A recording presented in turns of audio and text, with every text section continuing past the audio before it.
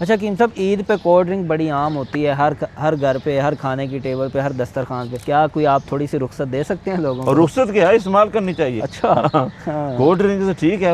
دیکھیں گرمی کا موسم ہے، یہ کون سی سردیاں ہیں؟ جی جی گرمی کا موسم ہے.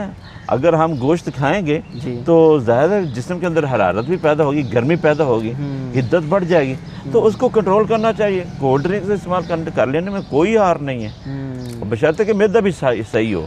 ٹھیک ہو گیا. ٹھیک ہے. معدہ اگر خراب ہے، ایسیڈیٹی ہے، کوئی اور گڑبڑ ہے، تو پھر تو بچنا چاہیے، پھر تو ضرور بچنا چاہیے. لیکن گوشت اگر کھایا جا رہا ہے تو پھر کوئی حرج نہیں، استعمال کی جا سکتی. کولڈ ڈرنک استعمال کی ہاں جا سکتی، کی جا سکتی. ہوں. کھار ہے جی. یہ ہائی پوٹینسی کھار ہے.